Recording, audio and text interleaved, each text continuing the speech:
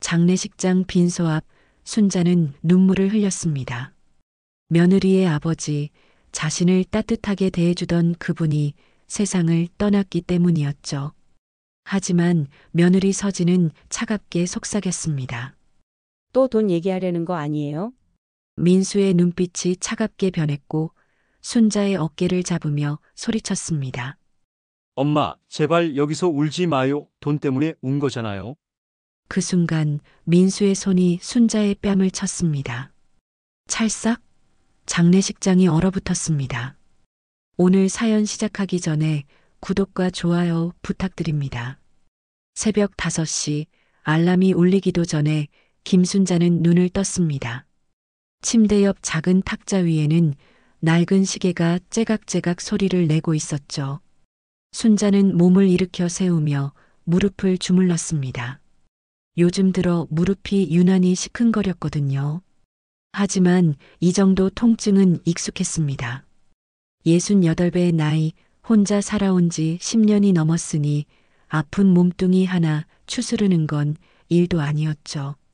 서울 외곽, 낡은 다세대 주택 2층에 자리 잡은 순자의 집은 20평도 채 안 되는 작은 공간이었습니다. 벽지는 군데군데 들뜬 채 누렇게 발해 있었고 부엌 싱크대는 오래전부터 물이 새어 늘 축축했죠. 하지만 순자는 이 집을 떠날 생각이 없었습니다. 남편과 함께 살던 이 집에서 아들 민수를 키워낸 이곳에서 순자는 여전히 하루하루를 버티고 있었으니까요. 순자는 작은 부엌으로 향했습니다. 어젯밤 미리 준비해둔 반찬통들이 냉장고 안에 가지런히 놓여 있었죠. 시금치나물, 멸치볶음, 콩자반, 깍두기. 순자는 하나하나 꺼내며 상태를 확인했습니다. 반찬 하나라도 상하면 손님들에게 미안한 마음이 들었거든요. 정직하게 장사하는 것, 그것이 순자가 평생 지켜온 신념이었습니다. 냉장고 문을 닫으며 순자는 문득 벽에 걸린 달력을 바라봤습니다. 일요일에 빨간 동그라미가 그려져 있었죠. 손자가 오는 날이었습니다. 순자의 입가에 미소가 번졌습니다. 5살 된 손주 지훈이는 순자의 유일한 낙이었거든요. 매주 일요일이면 어김없이 찾아와 할머니 품에 안기던 그 아이를 생각하면 힘든 일주일도 견딜만 했습니다. 순자는 간단히 세수를 하고 옷을 갈아입었습니다. 남편이 세상을 떠난 뒤로 혼자 힘으로 아들을 키웠죠. 반찬가게 일을 하며 민수를 대학까지 보냈습니다. 순자에게는 자랑스러운 일이었습니다. 가진 건 없어도 아들만큼은 제대로 키워냈다는 자부심이 있었으니까요. 새벽 6시 순자는 집을 나섰습니다. 계단을 내려가는 발걸음이 예전만큼 가볍지는 않았지만 순자는 묵묵히 한 계단 한 계단 내려갔습니다. 골목길은 아직 어둠에 잠겨 있었고 가로등 불빛만이 희미하게 길을 비추고 있었죠. 반찬가게까지는 걸어서 20분 거리였습니다. 순자는 천천히 걸으며 주변을 둘러봤습니다. 이른 새벽부터 문을 여는 슈퍼마켓, 막 불을 켜는 떡볶이 가게, 신문 배달하는 청년의 오토바이 조리. 모두가 하루를 준비하는 시간이었죠. 반찬 가게에 도착한 순자는 셔터를 올렸습니다. 작은 가게 안으로 새벽 공기가 스며들었습니다. 순자는 불을 켜고 반찬통들을 진열대에 하나씩 올렸습니다. 손님들이 보기 좋게 먹음직스럽게 보이도록 정성껏 배치했죠. 이 일을 시작한 지 20년이 넘었지만 순자는 여전히 한 통 한 통 정성을 들였습니다. 아침 8시가 되자 단골 손님들이 하나둘 찾아왔습니다. 출근길에 들르는 직장인들, 아침 장을 보러 나온 아주머니들. 순자는 환한 미소로 손님들을 맞이했습니다. 어서 오세요. 오늘은 콩자반이 아주 잘 됐어요. 순자 씨 여전히 일찍 나오시네요. 나이도 있는데 좀 쉬시지 그래요. 단골 손님 중 한 명이 걱정스러운 표정으로 말했습니다. 순자는 손을 내저으며 웃었습니다. 아직 괜찮아요. 민수가 요즘 힘들다잖아요. 내가 조금이라도 보태야죠. 순자는 늘 그렇게 대답했습니다. 아들이 회사에서 승진하느라 바쁘고 며느리는 육아와 살림으로 힘들다는 걸 알고 있었거든요. 순자는 자신이 벌어서라도 손주에게 용돈을 쥐어주고 싶었습니다. 할머니가 손주에게 해줄 수 있는 게 그것밖에 없다고 생각했으니까요. 오전 시간이 지나고 손님이 뜸해지자 순자는 잠시 의자에 앉아 쉬었습니다. 다리가 저릿저릿했지만 참을 만했습니다. 순자는 핸드폰을 꺼내 민수에게 문자를 보냈습니다. 민수야, 밥은 먹었니? 엄마가 반찬 좀 갖다 줄까? 한참을 기다렸지만 답장은 오지 않았습니다. 요즘 들어 민수는 연락이 뜸했습니다. 예전에는 일주일에 한두 번은 전화를 했는데 이제는 한 달에 한 번도 제대로 통화하지 못했죠. 순자는 아들이 바쁘다고 생각하며 스스로를 위로했습니다. 오후가 되자 또 다른 단골 손님이 가게에 들어왔습니다. 같은 동네에 사는 박씨 할머니였습니다. 순자야, 오늘도 나왔구먼. 그런데 아들은 요즘 어떤가? 잘 지내나? 네, 잘 지내죠. 바빠서 연락을 자주 못할 뿐이에요. 순자는 애써 밝게 대답했습니다. 하지만 마음 한편에는 불안함이 자리 잡고 있었습니다. 며느리 서진이 전화를 받기 시작한 것도 신경 쓰였죠.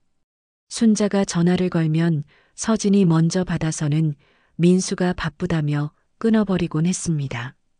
어머니, 민수 오빠 지금 회의 중이에요. 나중에 전화 드릴게요.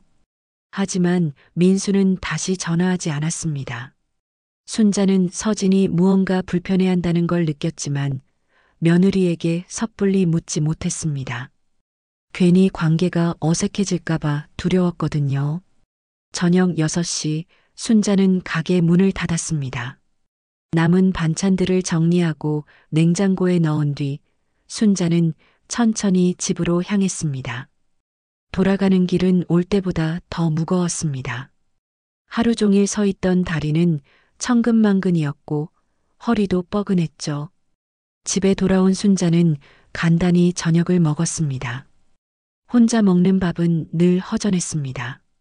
예전에는 남편과 함께 민수와 함께 밥을 먹었는데 이제는 텅 빈 식탁에 혼자 앉아 있는 자신이 너무나 외로웠죠. 식사를 마친 순자는 설거지를 하며 창밖을 바라봤습니다. 어둠이 내린 골목길에는 불빛 하나 없었습니다. 순자는 문득 손주 지훈이를 생각했습니다.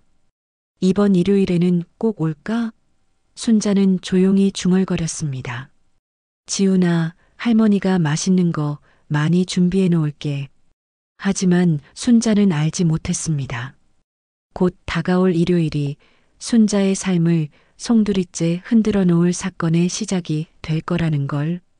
순자는 그저 평범한 하루를 마무리하며 잠자리에 들었습니다. 내일도 새벽 5시에 일어나야 했으니까요. 그렇게 며칠이 흘렀습니다. 순자는 여전히 새벽마다 일어나 반찬 가게로 향했고 저녁이면 지친 몸을 이끌고 집으로 돌아갔죠. 그런데 이상하게도 민수에게서는 여전히 연락이 없었습니다. 순자는 핸드폰을 들여다보며 혹시나 하는 마음의 문자함을 확인했지만 읽지 않은 메시지는 없었습니다. 목요일 오후 순자가 가게에서 김치를 담그고 있을 때였습니다. 핸드폰이 울렸죠. 화면에 며느리라는 이름이 떴습니다. 순자는 얼른 손을 닫고 전화를 받았습니다. 여보세요, 서진아? 어머니. 서진의 목소리는 평소보다 조금 낮았습니다. 뭔가 조심스러운 느낌이었죠. 순자는 가슴이 철렁했습니다. 혹시 무슨 안 좋은 일이라도 생긴 건 아닐까 싶었거든요. 왜 그러니? 민수 괜찮은 거지? 지훈이는? 네, 다들 괜찮아요. 그게 아니라 어머니, 이번 주 토요일에 장례식장 좀 와주실 수 있으세요? 장례식이라는 말에 순자는 깜짝 놀랐습니다. 누가 돌아가신 건지 순간 머릿속이 하얘졌죠. 장례식? 누가 돌아가셨는데? 저희 아버지요. 회사 회장님이셨잖아요. 갑자기 심장마비로 돌아가셨어요. 순자의 가슴이 철렁 내려앉았습니다. 서진의 아버지, 대기업 중역이었던 분, 순자를 늘 따뜻하게 대해주셨던 분이 돌아가셨다니. 순자는 떨리는 목소리로 물었습니다. 언제 돌아가셨는데? 이틀 전이요. 장례식은 토요일 오전 11시입니다. 어머니도 오셔야죠. 가족이니까요. 서진의 말은 담담했지만 어딘지 모르게 형식적으로 들렸습니다. 순자는 뭐라 대답해야 할지 몰라 잠시 말을 잇지 못했죠. 그래, 알았다. 꼭 갈게. 민수는 괜찮은 거지? 네, 바쁘지만 괜찮아요. 그럼 토요일에 뵙겠습니다. 서진은 그렇게 말하고 전화를 끊었습니다. 순자는 한참 동안 핸드폰을 쥔 채 멍하니 서 있었습니다. 서진의 아버지가 돌아가셨다니. 순자는 그분을 몇 번 뵌 적이 있었습니다. 민수와 서진이 결혼할 때, 그리고 지훈이가 태어났을 때, 그분은 늘 순자를 존중해 주셨죠. 어머니 사돈댁 덕에 우리 딸이 좋은 사람 만났습니다. 민수 씨 같은 사위 얻어서 제가 복이 많습니다.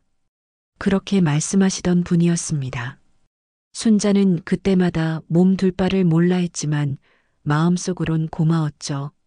자신 같은 반찬가게 주인을 무시하지 않고 따뜻하게 대해주는 게 얼마나 감사한 일인지 순자는 잘 알고 있었으니까요. 순자는 그날 저녁 일찍 가게 문을 닫았습니다. 집으로 돌아와 옷장을 열었죠. 맨 안쪽에 비닐에 쌓인 검은 한복이 걸려 있었습니다. 남편 장례식 때 입었던 옷이었습니다. 순자는 조심스럽게 한복을 꺼내 펼쳤습니다. 세월이 흘러 약간 빛이 바랬지만 아직 입을 만했죠. 토요일 아침 순자는 일찍 일어나 목욕재개를 했습니다. 머리를 정갈하게 빗고 검은 한복을 입었습니다. 거울 앞에 선 순자는 낯선 자신의 모습을 바라봤습니다. 주름진 얼굴, 굽은 어깨, 68배의 나이가 고스란히 느껴졌죠. 순자는 작은 한숨을 내쉬며 중얼거렸습니다. 그래도 단정하게 입어야지. 예의는 지켜야 하니까. 순자는 작은 가방에 부의금 봉투를 넣었습니다. 많지 않은 돈이었지만 순자가 정성껏 모은 돈이었죠. 그리고 집을 나섰습니다. 장례식장까지는 지하철로 1시간이 넘게 걸렸습니다. 순자는 혼자 지하철을 타고 창밖을 바라봤습니다. 서울 시내의 높은 빌딩들이 스쳐 지나갔죠. 순자는 문득 민수를 생각했습니다. 아들은 지금 장례식장에 있을까? 서진을 위로하고 있을까? 순자는 민수가 잘 대처하고 있기를 바랐습니다. 장례식장에 도착한 순자는 입구에서 잠시 멈췄습니다. 커다란 화환들이 줄지어 놓여 있었고 검은 옷을 입은 사람들이 오가고 있었죠. 순자는 깊게 숨을 들이쉬고 안으로 들어갔습니다. 빈소 앞에는 이미 많은 사람이 모여 있었습니다. 서진의 친척들, 회사 사람들, 지인들 모두 말끔한 정장을 입고 있었고 어딘지 모르게 품위가 느껴졌죠. 순자는 작아지는 자신을 느꼈습니다. 낡은 한복을 입은 자신이 이곳에 어울리지 않는 것만 같았거든요. 순자가 빈소 쪽으로 걸어가는데 주변에서 웅성거리는 소리가 들렸습니다. 저분이 누구야? 신랑 쪽 어머니 아니야? 서진이 시어머니래. 아, 그 반찬가게 하신다는 분? 맞아. 그래서 그런지 옷에서 좀 냄새나지 않아? 순자의 귀에 그 말들이 또렷하게 들렸습니다. 순자는 자신도 모르게 옷자락을 만졌습니다. 혹시 김치 냄새라도 배었나 싶어 코를 가까이 대봤지만 아무 냄새도 나지 않았죠. 순자는 고개를 숙인 채 빈소로 향했습니다. 빈소 안에는 서진이 상주복을 입고 앉아 있었습니다. 민수도 옆에 서 있었죠. 순자는 민수를 보며 작게 손을 흔들었지만 민수는 순자를 보고도 표정이 굳어졌습니다. 순자는 가슴이 철렁했지만 일단 영정 앞으로 걸어갔습니다. 영정 사진 속 서진의 아버지는 온화하게 웃고 있었습니다. 순자는 그 얼굴을 보며 눈시울이 붉어졌습니다. 이렇게 좋은 분이 세상을 떠나시다니. 순자는 절을 올리고 향을 피웠습니다. 그리고 조용히 손을 모았습니다. 편히 가세요. 좋은 곳으로 가세요. 순자는 한참 동안 그렇게 서 있었습니다. 뒤에서 민수가 다가왔습니다. 순자는 아들을 돌아보며 말했습니다. 민수야, 서진이 많이 힘들겠구나. 잘 위로해줘야 해. 하지만 민수는 차갑게 대답했습니다. 엄마, 여기서 너무 오래 있지 마세요. 사람들 눈에 띄잖아요. 순자는 그 말에 가슴이 먹먹했습니다. 아들이 자신을 부끄러워하고 있다는 걸 느꼈거든요.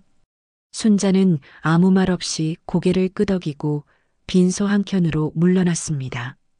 순자는 구석 의자에 조용히 앉았습니다. 주변 사람들의 시선이 따가웠지만 순자는 참았습니다.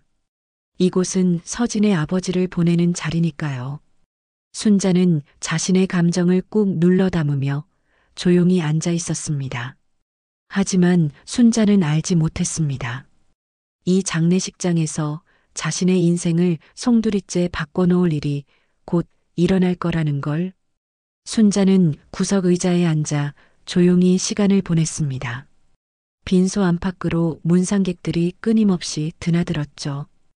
회사 임원들, 정치인들, 사업가들 모두 거창한 화환을 보내고 정중하게 조문했습니다. 순자는 그 모습을 지켜보며 작아지는 자신을 느꼈습니다. 이곳에서 자신은 그저 초라한 시어머니일 뿐이었으니까요. 1시간쯤 지났을까요? 순자는 목이 말라 물을 마시러 밖으로 나왔습니다.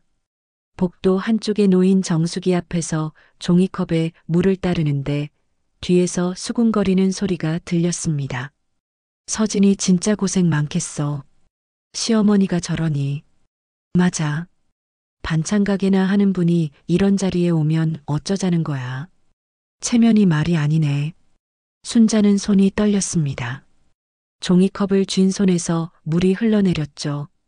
순자는 천천히 뒤를 돌아봤지만 이미 그 사람들은 사라진 뒤였습니다. 순자는 물을 마시지도 못한 채 종이컵을 쓰레기통에 버렸습니다. 목은 여전히 말랐지만 더 이상 이곳에 서 있고 싶지 않았거든요. 순자는 다시 빈소 안으로 들어왔습니다. 영정 사진 속 서진의 아버지가 여전히 온화하게 웃고 있었죠. 순자는 그 얼굴을 보며 지난 일들을 떠올렸습니다. 민수와 서진이 결혼하던 날 서진의 아버지는 순자의 손을 꼭 잡으며 말했습니다. 어머니, 사돈댁 덕에 우리 딸이 좋은 사람 만났습니다. 민수 씨는 정말 훌륭한 청년이에요. 어머니께서 얼마나 잘 키우셨는지 알 수 있습니다. 그 말에 순자는 눈물을 흘렸습니다. 가난하고 배운 것 없는 자신을 무시하지 않고 오히려 존중해 주는 게 너무나 고마웠거든요. 순자는 그날 마음속으로 다짐했습니다. 서진의 가족에게 누가 되지 않겠다고, 조용히 뒤에서만 지켜보겠다고. 순자는 영정 사진을 바라보며 눈시울이 뜨거워졌습니다. 그렇게 좋은 분이 이렇게 갑자기 떠나시다니. 순자의 눈에서 눈물이 주르르 흘러내렸습니다. 순자는 손수건을 꺼내 눈물을 닦았지만 눈물은 멈추지 않았죠. 정말 좋은 분이셨는데 어쩌다 이렇게. 순자는 작은 목소리로 중얼거렸습니다. 가슴 한편이 무너져 내리는 것 같았죠. 순자는 그분이 얼마나 따뜻한 사람이었는지 알고 있었습니다. 손주 지훈이를 볼 때마다 예뻐해 주시던 모습, 명절 때마다 순자에게 용돈을 쥐어주시던 모습. 모두가 순자의 기억 속에 생생했습니다. 순자가 눈물을 흘리며 서 있는데 갑자기 옆에서 차가운 목소리가 들렸습니다. 또 우시네요. 순자는 고개를 들었습니다. 며느리 서진이 차갑게 순자를 바라보고 있었죠. 서진의 눈빛에는 슬픔보다는 불편함이 가득했습니다. 순자는 당황하며 말했습니다. 서진아, 아버님이 너무 좋은 분이셨잖니. 그래서 어머니. 서진이 순자의 말을 끊었습니다. 서진은 주변을 둘러보며 낮은 목소리로 말했습니다. 여기서 너무 우시면 곤란해요. 사람들이 다 보잖아요. 순자는 멍했습니다. 서진의 말뜻을 이해할 수 없었죠. 장례식장에서 고인을 애도하며 눈물을 흘리는 게 잘못인가요? 순자는 조심스럽게 물었습니다. 내가 뭘 잘못했니? 서진은 한숨을 쉬며 민수를 불렀습니다. 민수가 다가오자 서진은 그에게 속삭였습니다. 하지만 그 목소리는 순자의 귀에도 들렸죠.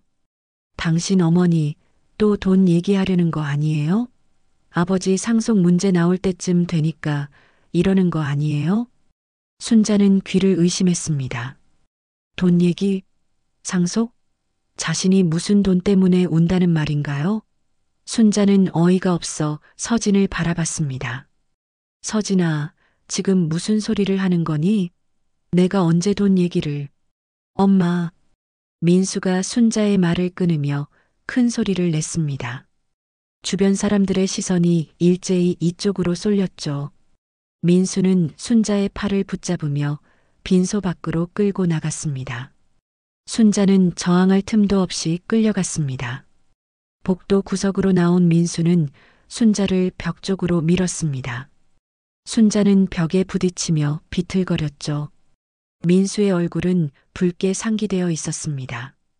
엄마, 제발 여기서 그러지 마세요. 사람들 다 보잖아요. 민수야, 내가 뭘 어쨌다고 그래. 나는 그냥 아버님이 돌아가셔서 슬퍼서 온 거야. 슬퍼서요? 엄마가 장인어른을 몇 번이나 뵀다고 슬퍼요? 이러는 거 다 돈 때문이잖아요. 순자는 숨이 막혔습니다. 아들의 입에서 나온 말이 믿기지 않았죠. 순자는 떨리는 목소리로 말했습니다. 민수야, 엄마가 언제 돈 때문에 운 적 있니? 나는 정말 아버님이 좋은 분이셔서. 그만하세요. 민수가 소리를 질렀습니다. 그리고 순자를 노려보며 말했습니다. 엄마는 맨날 그래요. 겉으로는 착한 척하면서 속으로는 다 계산하고 있잖아요.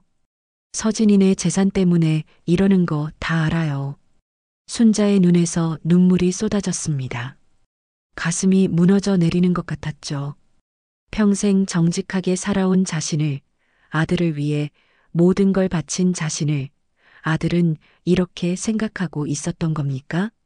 민수야, 엄마가 너한테 뭘 잘못했니? 내가 언제 돈 때문에. 엄마, 제발 여기서 울지 마요. 돈 때문에 운 거잖아요. 그 순간이었습니다. 민수의 손이 공중으로 올라갔습니다. 그리고 순자의 뺨을 향해 내려왔죠. 찰싹? 복도의 소리가 울려 퍼졌습니다. 순자의 뺨에 붉은 손자국이 선명하게 찍혔습니다. 순자는 뺨을 감싼 채 민수를 바라봤습니다. 민수의 눈빛은 차갑기만 했죠. 주변에 있던 사람들이 놀란 표정으로 이쪽을 바라봤습니다. 하지만 아무도 나서지 않았습니다. 그저 수군거릴 뿐이었죠. 순자는 천천히 손을 내렸습니다. 뺨이 화끈거렸지만 순자는 아무 말도 하지 않았습니다. 그저 아들을 바라볼 뿐이었죠. 민수는 여전히 차가운 표정으로 서 있었습니다. 순자는 작은 목소리로 말했습니다. 민수야, 그 손, 나중에 꼭 후회할 거야. 순자는 돌아서서 천천히 걸어갔습니다. 사람들의 시선이 따가웠지만 순자는 고개를 들고 걸었습니다. 장례식장 밖으로 나온 순자는 하늘을 올려다봤습니다. 회색빛 하늘이 순자를 내려다보고 있었죠. 순자의 눈에서 눈물이 멈추지 않았습니다. 순자는 장례식장 밖으로 나와 한참을 멍하니 서 있었습니다. 차가운 바람이 뺨을 스쳤지만 순자는 그 바람조차 느껴지지 않았죠. 뺨에 남은 붉은 자국이 화끈거렸습니다. 하지만 육체적인 아픔보다 마음의 아픔이 더 컸습니다. 아들의 손에 맞았다는 사실이, 아들이 자신을 그렇게 생각하고 있었다는 사실이 순자의 가슴을 무너뜨렸죠. 순자는 천천히 발걸음을 옮겼습니다. 어디로 가는지도 모른 채 그저 걸었습니다. 사람들이 오가는 거리, 차들이 지나가는 도로, 모든 게 흐릿하게만 느껴졌죠. 순자는 벤치를 발견하고 그곳에 주저앉았습니다. 다리에 힘이 풀려 더 이상 걸을 수가 없었거든요. 벤치에 앉은 순자는 하늘을 올려다봤습니다. 구름 한 점 없는 맑은 하늘이었습니다. 순자는 그 하늘을 보며 중얼거렸습니다. 여보, 당신이 보고 싶어요. 내가 뭘 잘못한 걸까요? 돌아가신 남편을 떠올리며 순자는 눈물을 흘렸습니다. 남편이 살아 있었다면 이런 일은 일어나지 않았을 겁니다. 남편은 민수에게 엄격했지만 따뜻한 사람이었으니까요.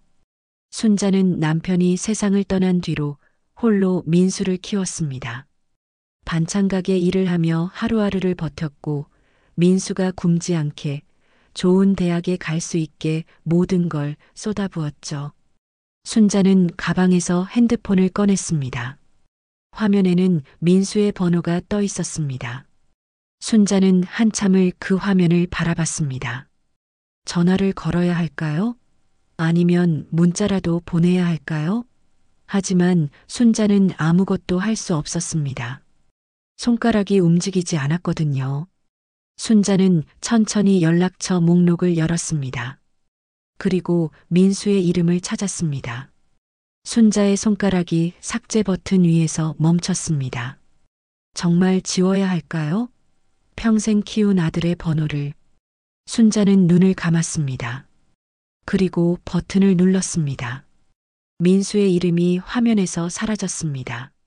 순자는 핸드폰을 가방에 넣고 천천히 일어났습니다. 집으로 돌아가야 했습니다. 이곳에 더 이상 있을 이유가 없었으니까요. 순자는 지하철역으로 향했습니다. 사람들 틈에 섞여 지하철을 탔고 창밖을 멍하니 바라봤죠. 스쳐 지나가는 풍경들이 모두 낯설게만 느껴졌습니다. 집에 도착한 순자는 한복을 벗고 평소 입던 옷으로 갈아입었습니다. 거울 앞에 선 순자는 자신의 뺨을 만졌습니다.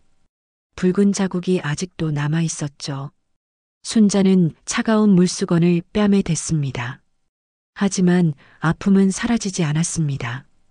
그날 밤 순자는 잠을 이루지 못했습니다.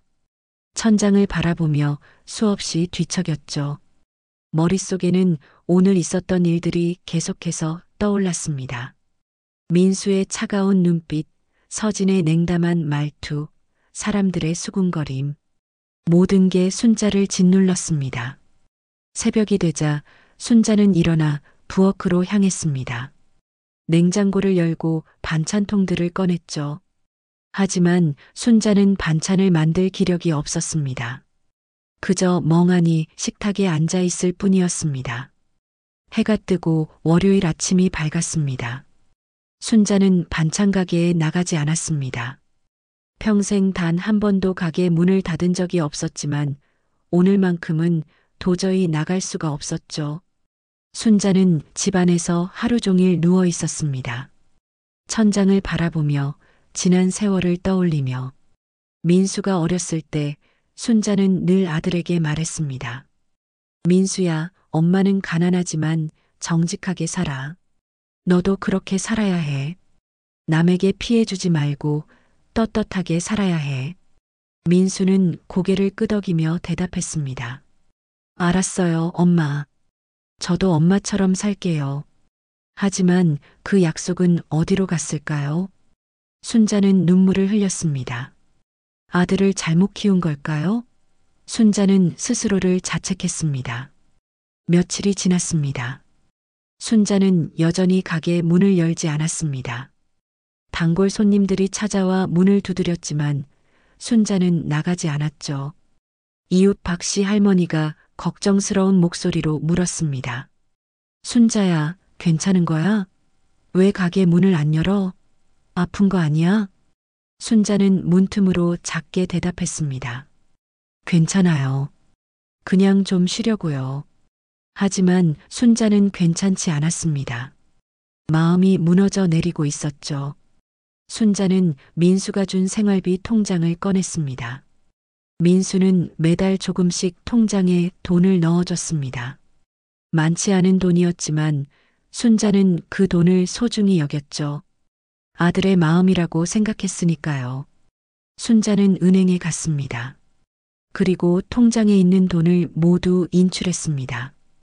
은행원이 물었습니다. 전액 인출하시는 거예요? 혹시 무슨 일 있으세요? 순자는 고개를 저었습니다. 아니에요. 그냥 정리하려고요. 순자는 인출한 돈을 가방에 넣었습니다. 그리고 집으로 돌아와 그 돈을 책상 서랍 깊숙이 넣었죠. 순자는 중얼거렸습니다. 이제부터 내 인생은 내 손으로 끝낸다. 아무한테도 기대하지 않아. 순자는 다시 거울 앞에 섰습니다. 뺨의 자국은 이제 거의 사라졌지만 마음의 상처는 여전히 깊었습니다. 순자는 거울 속 자신을 바라보며 다짐했습니다. 다시는 아들에게 연락하지 않겠다고. 다시는 기대하지 않겠다고. 일주일이 지났습니다.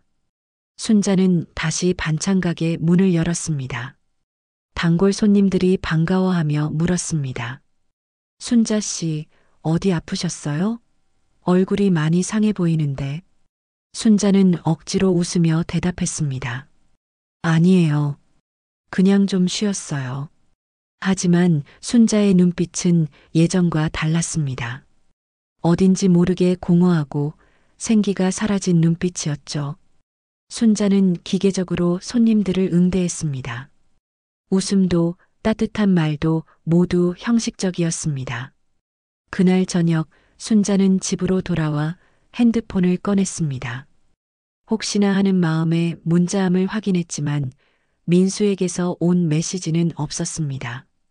순자는 핸드폰을 내려놓고 창밖을 바라봤습니다. 어둠이 내린 하늘에는 별 하나 보이지 않았습니다. 순자는 조용히 중얼거렸습니다. 이제 끝이구나. 정말 끝이야. 순자는 그날 밤 처음으로 깊은 잠에 빠졌습니다. 아무 꿈도 꾸지 않는 그저 어둠뿐인 잠이었습니다. 석 달이 흘렀습니다. 순자는 여전히 반찬 가게를 운영했지만 예전의 활기는 사라졌습니다. 손님들에게 웃으며 인사는 했지만 그 웃음은 진심이 아니었죠. 순자는 기계처럼 하루를 보냈습니다. 새벽에 일어나 가게에 나가고 저녁이면 집으로 돌아와 혼자 밥을 먹고 잠들었습니다. 그렇게 반복되는 날들이었죠. 민수에게서는 단 한 번도 연락이 오지 않았습니다. 순자도 연락하지 않았습니다. 순자는 아들을 지운 채 살아가려고 애썼습니다. 하지만 밤이 되면 민수의 어린 시절이 떠올랐죠. 손을 잡고 함께 걷던 길, 함께 먹던 밥, 함께 웃던 순간들. 그 모든 기억이 순자를 괴롭혔습니다. 어느 날 저녁 순자가 가게 문을 닫고 집으로 돌아가는 길이었습니다. 핸드폰이 울렸죠. 순자는 핸드폰을 꺼내 화면을 봤습니다. 모르는 번호였습니다. 순자는 주저하다가 전화를 받았습니다. 여보세요? 어머니, 저 민수 친구 재훈입니다. 순자는 가슴이 철렁했습니다. 민수의 친구라니. 순자는 떨리는 목소리로 물었습니다. 재훈이? 왜 무슨 일이니? 어머니, 민수 형이 교통사고를 당했습니다. 순자는 그 자리에서 멈춰 섰습니다. 머릿속이 하얘졌죠. 교통사고? 민수가? 순자는 간신히 목소리를 내며 물었습니다. 뭐라고? 민수가 사고를? 네, 어제 저녁에 사고가 났어요. 지금 병원에 입원해 있습니다. 큰 부상이에요. 순자의 손에서 힘이 빠졌습니다. 핸드폰을 떨어뜨릴 뻔했죠. 순자는 간신히 핸드폰을 붙잡으며 물었습니다. 어디 어느 병원이니? 재훈이 병원 이름과 주소를 알려줬습니다. 순자는 그 주소를 머릿속에 새기며 전화를 끊었습니다. 그리고 곧바로 택시를 잡았습니다. 평소에는 택시를 타지 않던 순자였지만 지금은 그럴 여유가 없었습니다. 아들이 다쳤다는데 어떻게 가만히 있을 수 있겠습니까? 택시 안에서 순자는 가슴을 쓸어내렸습니다. 숨이 제대로 쉬어지지 않았죠. 민수가 어떤 상태일까? 많이 다친 걸까? 순자는 눈물을 참으며 창밖을 바라봤습니다. 거리의 불빛들이 흐릿하게 번져 보였습니다. 병원에 도착한 순자는 서둘러 안내 데스크로 향했습니다. 민수의 병실 번호를 물어보고 엘리베이터를 탔죠. 6층에 내린 순자는 복도를 따라 걸었습니다. 병실 문 앞에 서자 순자는 잠시 멈췄습니다. 심장이 미친 듯이 뛰었죠. 순자는 깊게 숨을 들이쉬고 노크를 했습니다. 그리고 문을 열었습니다. 병실 안에는 민수가 침대에 누워 있었고 서진이 옆에 앉아 있었습니다. 민수의 머리에는 붕대가 감겨 있었고 팔에는 깁스가 되어 있었죠. 순자는 그 모습을 보며 가슴이 무너져 내렸습니다. 민수를 향해 다가가려는 순간 서진이 벌떡 일어났습니다. 어머니, 왜 오셨어요? 서진의 목소리는 차가웠습니다. 순자는 멈춰서며 말했습니다. 민수가 다쳤다는 소식을 들었어. 내가 왜 오면 안 되니? 어머니, 민수는 지금 힘들어요. 어머니 때문에 더 힘들어질 거예요. 순자는 믿을 수 없다는 표정으로 서진을 바라봤습니다. 서진의 얼굴에는 냉담함만 가득했죠. 서진아, 나는 그냥 민수가 걱정돼서 온 거야. 어머니가 아들을 걱정하는 게 잘못이니? 어머니가 민수를 이렇게 만들었잖아요. 순자는 숨이 멎는 것 같았습니다. 서진의 말이 귀에 박혔죠. 내가 민수를 이렇게 만들었다고? 그날 장례식장에서 어머니가 그러지 않았으면 민수가 이렇게까지 힘들어하지 않았을 거예요. 민수는 어머니 때문에 스트레스를 받아서 사고가 난 거예요. 순자는 다리에 힘이 풀렸습니다. 벽에 기대지 않으면 쓰러질 것 같았죠. 서진은 계속 말했습니다. 어머니, 제발 오지 마세요. 민수한테 더 이상 피해주지 마세요. 순자는 떨리는 목소리로 말했습니다. 나는 그냥 민수가 보고 싶어서 온 거야. 내가 뭘 잘못했는지 모르겠어. 하지만 서진은 병실 문을 열었습니다. 순자를 내보내려는 것이었죠. 순자는 침대에 누운 민수를 바라봤습니다. 민수는 눈을 감고 있었습니다. 의식이 있는지 없는지도 알 수 없었죠. 민수야. 순자는 작은 목소리로 불렀지만 민수는 반응하지 않았습니다. 순자는 가슴이 찢어지는 것 같았습니다. 하지만 서진은 냉정하게 말했습니다. 어머니, 나가주세요. 순자는 천천히 병실 밖으로 나왔습니다. 문이 닫히는 소리가 순자의 귓가에 울렸죠. 순자는 복도 벽에 기대어 주저앉았습니다. 눈물이 쏟아졌습니다.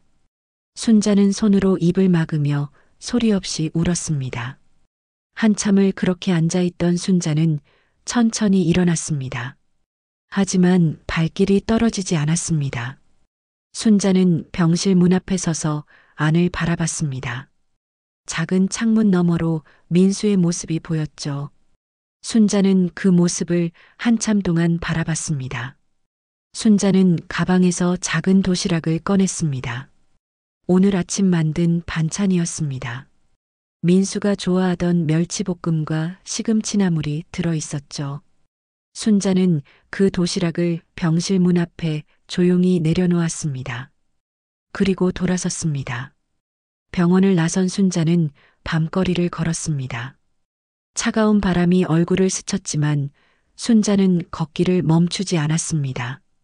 집까지는 한참을 걸어야 했지만 순자는 택시를 타지 않았습니다. 그저 걷고 싶었죠. 밤하늘에는 눈이 내리기 시작했습니다. 작은 눈송이들이 순자의 어깨 위에 내려앉았죠. 순자는 고개를 들어 하늘을 바라봤습니다. 하얀 눈이 끝없이 내리고 있었습니다. 순자는 중얼거렸습니다. 여보, 나는 이제 어떻게 해야 하나요? 민수를 포기해야 하나요? 하지만 대답은 없었습니다. 순자는 그저 묵묵히 걸었습니다. 눈은 계속해서 내렸고 순자의 머리 위에 하얗게 쌓였죠. 순자는 집에 도착할 때까지 걸었습니다. 온몸이 눈으로 뒤덮였지만 순자는 개의치 않았습니다. 집에 들어온 순자는 젖은 옷을 벗고 따뜻한 물로 씻었습니다. 거울 속 자신의 모습이 낯설게 보였습니다. 주름진 얼굴, 지친 눈빛. 순자는 거울을 외면했습니다. 그리고 침대에 누웠죠. 그날 밤 순자는 눈물을 흘리며 잠들었습니다. 창밖에는 여전히 눈이 내리고 있었습니다. 하얀 눈이 세상을 덮어가는 밤이었습니다. 순자는 그 눈을 보며 생각했습니다. 이제 정말 끝인가요? 아들과의 인연도 이렇게 끝나는 건가요? 그날 이후 순자는 더 이상 민수의 소식을 듣지 못했습니다. 병원에도 가지 않았고 전화도 하지 않았죠. 순자는 스스로에게 다짐했습니다. 이제는 정말 포기하자고. 아들은 자신을 원하지 않는다고.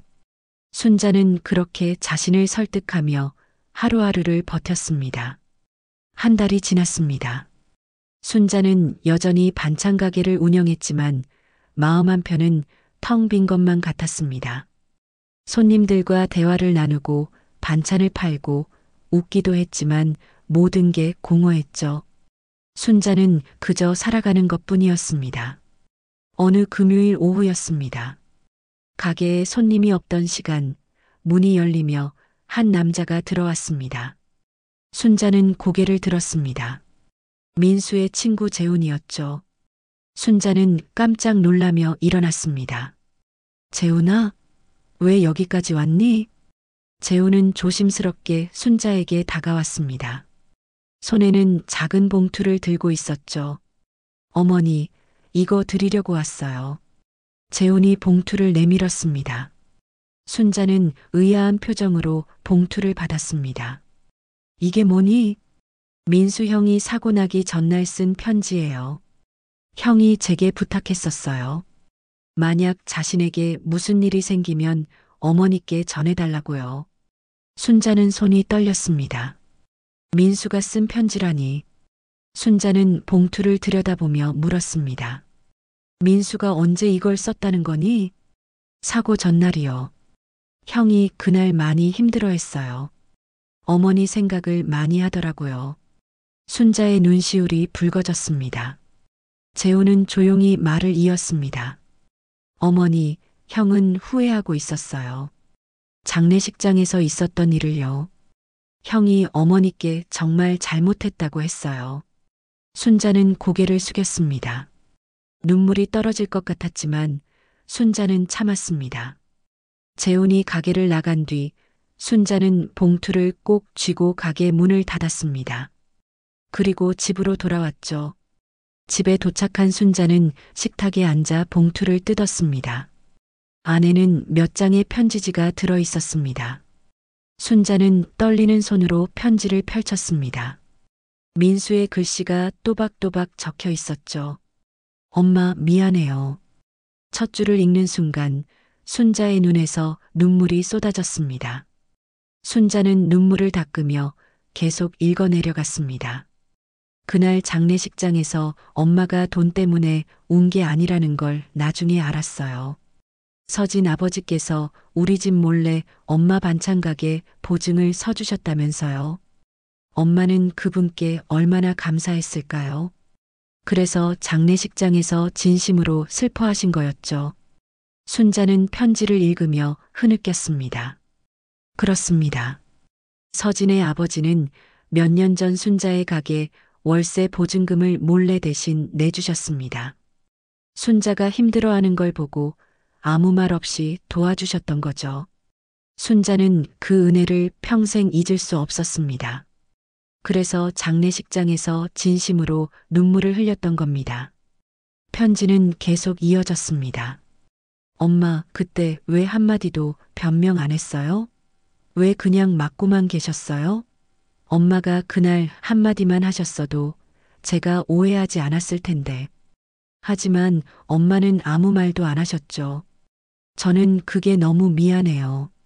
순자는 편지를 가슴에 안았습니다. 순자는 그날 변명하지 않았습니다. 아들이 자신을 의심하는 상황에서 변명한들 무슨 소용이 있겠습니까? 차라리 침묵하는 게 낫다고 생각했죠. 하지만 그 침묵이 민수에게 더 큰 상처를 줄 줄은 몰랐습니다.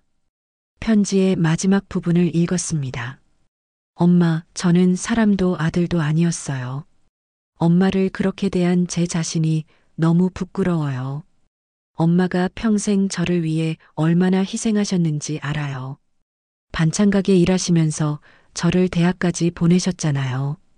그런 엄마를 제가 어떻게 그렇게 대할 수 있었을까요? 엄마, 정말 미안해요. 용서해 주세요. 순자는 편지를 내려놓고 한참을 울었습니다. 가슴이 터질 것 같았죠. 민수가 깨달았습니다. 민수가 후회하고 있었습니다. 순자는 그 사실에 안도했지만 동시에 더 슬펐습니다. 왜 진작 이야기하지 못했을까요? 왜 이렇게까지 멀어져야 했을까요? 순자는 편지를 다시 읽고 또 읽었습니다. 민수의 글씨 하나하나가 순자의 마음에 새겨졌죠.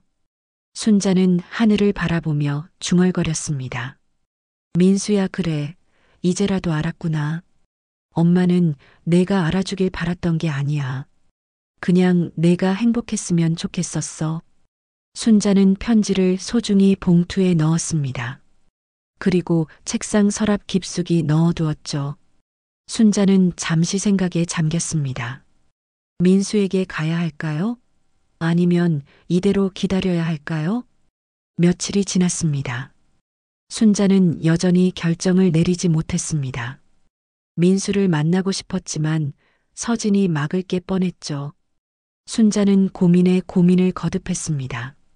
어느 날 저녁 순자는 민수가 좋아하던 음식을 만들었습니다. 된장찌개와 김치전, 그리고 멸치볶음. 순자는 정성껏 음식을 만들며 민수를 떠올렸습니다. 어렸을 적 민수는 엄마가 만든 된장찌개를 제일 좋아했죠. 엄마, 이 세상에서 엄마 된장찌개가 제일 맛있어요. 그렇게 말하며 밥을 먹던 민수의 모습이 눈에 선했습니다. 순자는 미소 지으며 음식을 도시락에 담았습니다. 내일 민수에게 갖다 줘야겠다고 생각했죠. 하지만 순자는 다음날 병원에 가지 못했습니다. 용기가 나지 않았거든요. 도시락은 냉장고 안에 그대로 있었습니다. 순자는 자책하며 하루를 보냈습니다. 그날 밤 순자는 편지를 다시 꺼내 읽었습니다. 민수의 글씨를 따라가며 순자는 조용히 울었습니다. 창밖에는 별이 총총히 빛나고 있었습니다. 순자는 그 별들을 보며 기도했습니다. 제발 민수가 건강하게 회복하게 해주세요. 그것만이라도 이루어지게 해주세요. 순자는 편지를 가슴에 안고 잠들었습니다.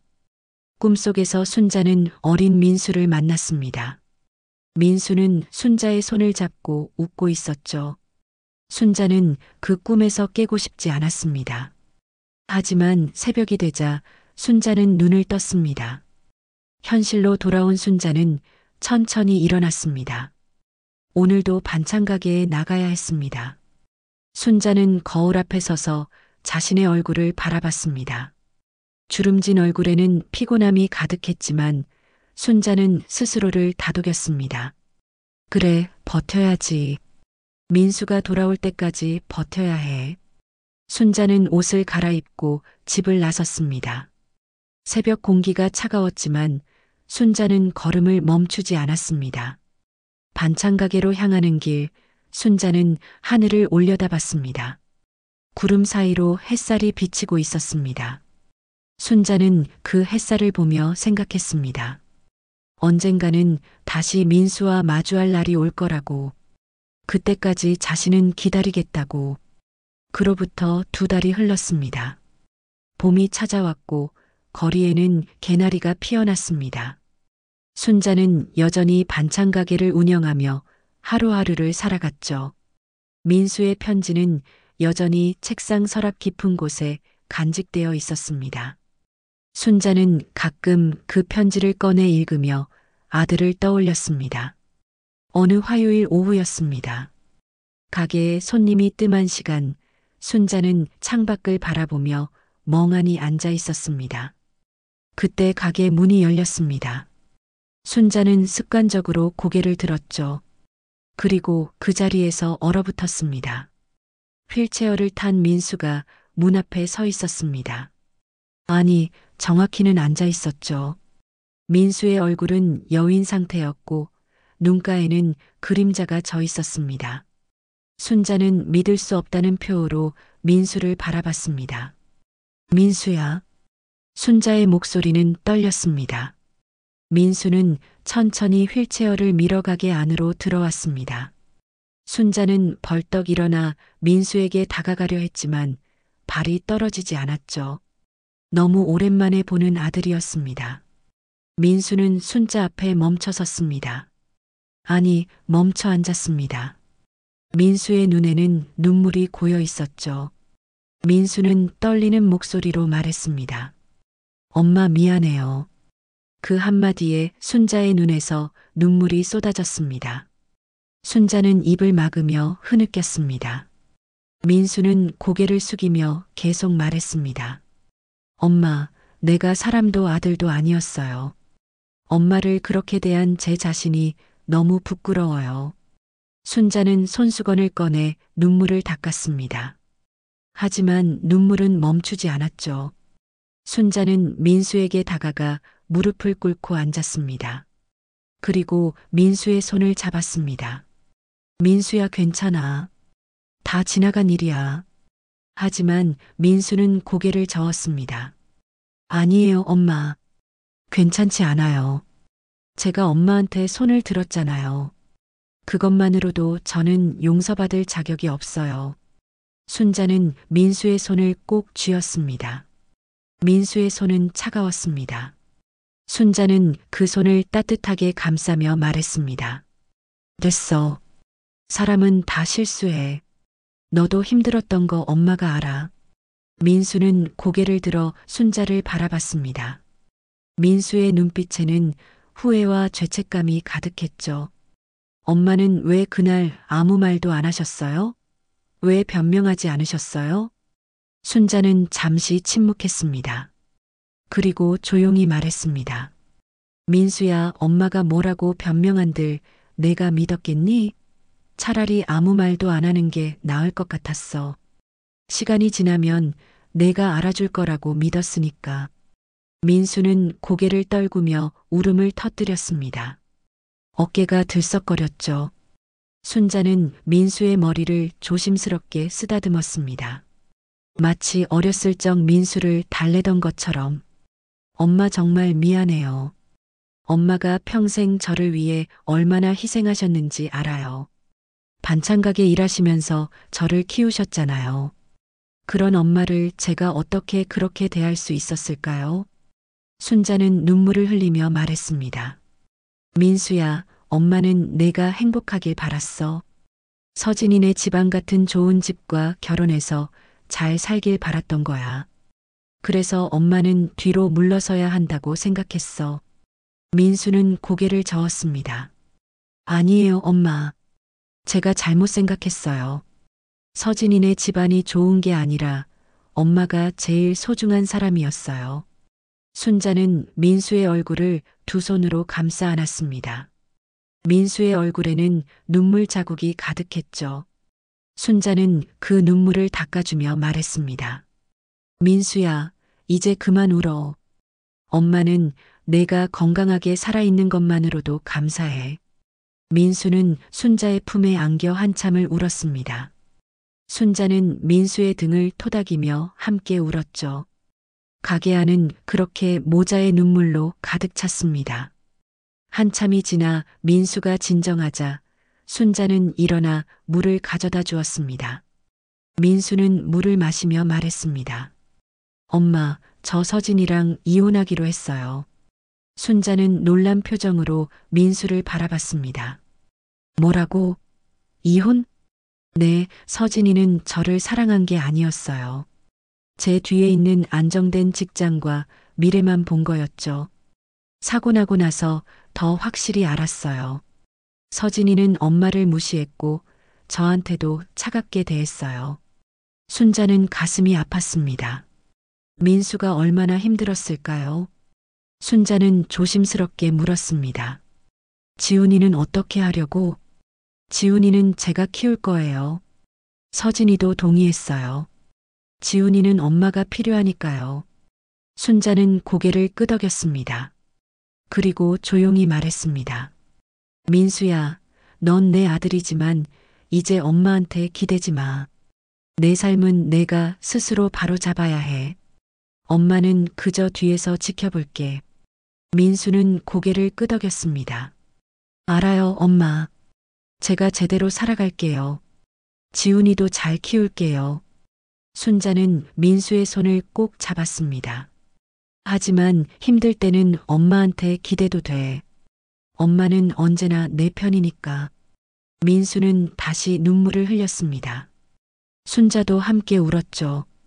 두 사람은 한참을 그렇게 손을 잡고 있었습니다. 해가 기울기 시작했습니다. 민수는 일어서려 했지만 휠체어에 앉은 채였죠. 순자는 민수를 밖까지 배웅했습니다.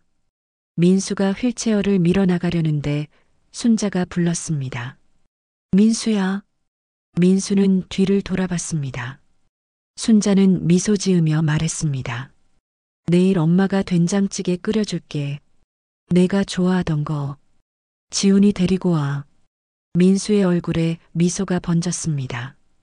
오랜만에 보는 순수한 미소였죠. 네, 엄마. 꼭 올게요. 민수가 떠나고 난 뒤 순자는 가게 앞에 한참을 서 있었습니다. 노을이 하늘을 붉게 물들이고 있었죠.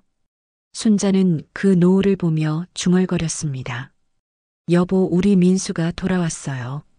이제 괜찮을 거예요. 순자는 가게 안으로 들어가 정리를 시작했습니다. 마음이 한결 가벼웠습니다. 오랜만에 느끼는 평온함이었죠. 순자는 내일 민수와 지훈이를 위해 무엇을 준비할지 생각하며 미소 지었습니다. 그날 밤 순자는 편안한 잠에 빠졌습니다. 꿈속에서 순자는 민수와 지훈이와 함께 밥을 먹고 있었습니다. 웃음소리가 가득한 식탁이었죠. 순자는 그 꿈에서 행복했습니다. 그리고 순자는 알았습니다. 이제 새로운 시작이 기다리고 있다는 걸. 다음 날 아침 순자는 평소보다 일찍 일어났습니다. 오늘은 민수와 지훈이가 오는 날이었으니까요. 순자는 장을 보러 시장에 갔습니다. 싱싱한 두부와 애호박, 감자를 샀고 민수가 좋아하던 멸치도 한 봉지 샀죠. 시장 아주머니가 물었습니다. 순자 씨, 오늘 무슨 좋은 일 있어요? 얼굴이 환해졌네. 순자는 환하게 웃으며 대답했습니다. 아들이 오기로 했어요. 손주도 데리고요. 어머, 그래요? 얼마나 좋아요. 맛있는 거 많이 해주세요. 순자는 신이 나서 장을 봤습니다. 하나하나 고르는 손길이 정성스러웠죠. 집으로 돌아온 순자는 곧바로 부엌으로 향했습니다. 된장찌개를 끓이기 시작했죠. 멸치로 육수를 내고 두부와 애호박을 넣었습니다. 구수한 냄새가 집 안가득 퍼졌습니다. 김치전도 부쳤습니다. 민수가 어렸을 때 제일 좋아하던 반찬이었죠. 시금치나물도 무치고 콩자반도 만들었습니다. 순자는 정성껏 음식을 준비하며 흥얼거렸습니다. 오랜만에 느끼는 행복이었습니다. 오후 2시쯤 문을 두드리는 소리가 들렸습니다. 순자는 앞치마를 벗으며 서둘러 문을 열었습니다. 민수가 휠체어에 앉아 있었고 그 옆에는 5살 지훈이가 서 있었죠. 지훈이는 순자를 보자 환하게 웃었습니다. 할머니, 지훈이가 순자에게 달려왔습니다. 순자는 지훈이를 꼭 안아주었습니다. 지훈이의 따뜻한 체온이 순자의 가슴에 전해졌죠. 우리 지훈이 할머니 보고 싶었어? 응, 엄청 보고 싶었어요. 순자는 지훈이의 머리를 쓰다듬으며 민수를 바라봤습니다. 민수는 미소 지으며 말했습니다. 엄마 왔어요. 어서 들어와. 밥 다 차렸어. 순자는 민수의 휠체어를 밀어 안으로 들어갔습니다. 식탁에는 음식들이 가득 차려져 있었죠. 된장찌개, 김치전, 시금치나물, 멸치볶음. 민수는 그 모습을 보며 눈시울이 붉어졌습니다. 엄마 이걸 언제 다 준비하셨어요? 아침부터 준비했지. 우리 민수 오는데 당연히 준비해야지. 민수는 고개를 숙였습니다. 순자는 민수의 어깨를 토닥이며 말했습니다. 자, 이제 밥 먹자. 식기 전에. 세 사람은 식탁에 둘러앉았습니다. 순자는 민수와 지훈이의 그릇에 밥을 담아주었죠. 지훈이는 김치전을 집어먹으며 말했습니다. 할머니, 이거 진짜 맛있어요. 그래, 우리 지훈이가 맛있게 먹으니까 할머니가 기뻐. 민수는 된장찌개를 한 숟가락 떠서 입에 넣었습니다. 구수한 맛이 입안 가득 퍼졌죠. 민수는 눈을 감았습니다. 어렸을 적 먹던 그 맛이었습니다. 민수는 천천히 말했습니다. 엄마 이 맛이었어요. 제가 그리워하던 맛. 순자는 미소 지었습니다. 많이 먹어. 엄마가 또 끓여줄게. 식사를 하는 동안 세 사람은 이런저런 이야기를 나눴습니다. 지훈이는 유치원에서 있었던 일을 신나게 이야기했고 민수는 재활 치료를 받고 있다는 이야기를 했죠. 순자는 두 사람의 이야기를 들으며 행복해했습니다. 식사를 마치고 설거지를 하는데 민수가 말했습니다. 엄마, 제가 앞으로 자주 올게요. 지훈이도 데리고요. 순자는 설거지를 멈추고 민수를 바라봤습니다. 민수야, 너 힘들잖아. 무리하지 마. 아니에요, 엄마. 저는 엄마가 필요해요. 지훈이도 할머니가 필요하고요. 순자는 눈물이 글썽했지만 참았습니다. 그리고 고개를 끄덕였죠. 그래, 자주 오렴. 엄마가 맛있는 거 많이 해줄게. 저녁 무렵 민수와 지훈이가 돌아갈 준비를 했습니다. 순자는 반찬을 도시락에 담아 민수에게 건넸습니다. 이거 가져가. 집에서 먹어. 엄마 고마워요. 민수가 휠체어를 밀어나가려는데 지훈이가 순자의 손을 잡았습니다. 할머니, 또 올게요. 그래, 우리 지훈이. 할머니가 기다릴게. 순자는 두 사람을 배웅하며 한참을 손을 흔들었습니다. 민수와 지훈이가 모퉁이를 돌아 사라질 때까지 순자는 그 자리에 서 있었죠.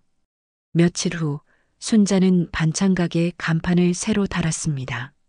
엄마의 손맛이라는 간판이었죠. 이웃들이 물었습니다. 순자 씨, 간판을 왜 바꿨어요? 순자는 미소 지으며 대답했습니다.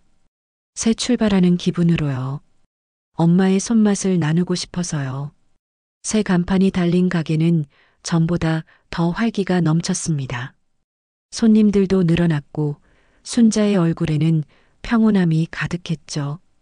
그로부터 몇 달이 지났습니다. 어느 토요일 오후 순자는 가게 앞에서 청소를 하고 있었습니다. 그때 익숙한 목소리가 들렸죠. 엄마. 순자는 고개를 들었습니다. 민수가 목발을 짚고 걸어오고 있었습니다. 휠체어가 아니라 걸어오고 있는 겁니다. 순자는 깜짝 놀라며 소리쳤습니다. 민수야, 내가 걸을 수 있게 됐어? 민수는 환하게 웃으며 말했습니다. 네, 엄마. 재활 치료 열심히 해서 이제 걸을 수 있어요. 순자의 눈에서 눈물이 흘러내렸습니다. 민수가 걸어서 가게로 들어왔습니다. 손에는 작은 도시락 가방을 들고 있었죠. 엄마, 오늘은 제가 엄마 밥 사러 왔어요. 순자는 웃으며 눈물을 닦았습니다. 뭘 사러 왔어? 엄마가 공짜로 줄게. 아니에요. 이건 제가 사는 거예요. 엄마가 만든 밥이 세상에서 제일 따뜻하거든요. 순자는 민수를 꼭 안아주었습니다. 민수도 순자를 안았죠. 두 사람은 한참을 그렇게 안고 있었습니다. 엄마 고마워요. 포기하지 않고 기다려줘서. 민수야, 엄마는 언제나 내 편이야. 가게 밖으로 봄 햇살이 따스하게 비쳐들었습니다. 순자는 창밖을 바라보며 중얼거렸습니다. 그래, 피보다 따뜻한 게 밥이더라. 진심으로 만든 밥은 차가운 마음도 녹일 수 있어. 민수는 도시락을 들고 조용히 말했습니다. 엄마, 저 이제 매주 올게요. 엄마 밥 먹으러요. 순자는 고개를 끄덕이며 미소 지었습니다. 가게 안에는 웃음소리가 가득했죠. 창밖으로 보이는 벚꽃이 바람에 흩날렸습니다. 순자는 그 벚꽃을 보며 생각했습니다. 차가웠던 겨울이 지나고 따뜻한 봄이 왔습니다. 순자와 민수의 관계도 그렇게 봄을 맞이했죠. 오해와 상처로 얼어붙었던 마음이 진심과 용서로 녹아내렸습니다. 순자는 깨달았습니다. 피보다 차가운 인연도 진심 앞에서는 다시 따뜻해진다는 걸. 그리고 가장 따뜻한 건 함께 나누는 밥 한 끼라는 걸. 순자는 가게 안을 돌아보며 흐뭇하게 웃었습니다. 새간판, 따뜻한 밥, 그리고 돌아온 아들. 순자에게는 그것으로 충분했습니다. 순자는 앞치마를 두르며 다시 일을 시작했습니다.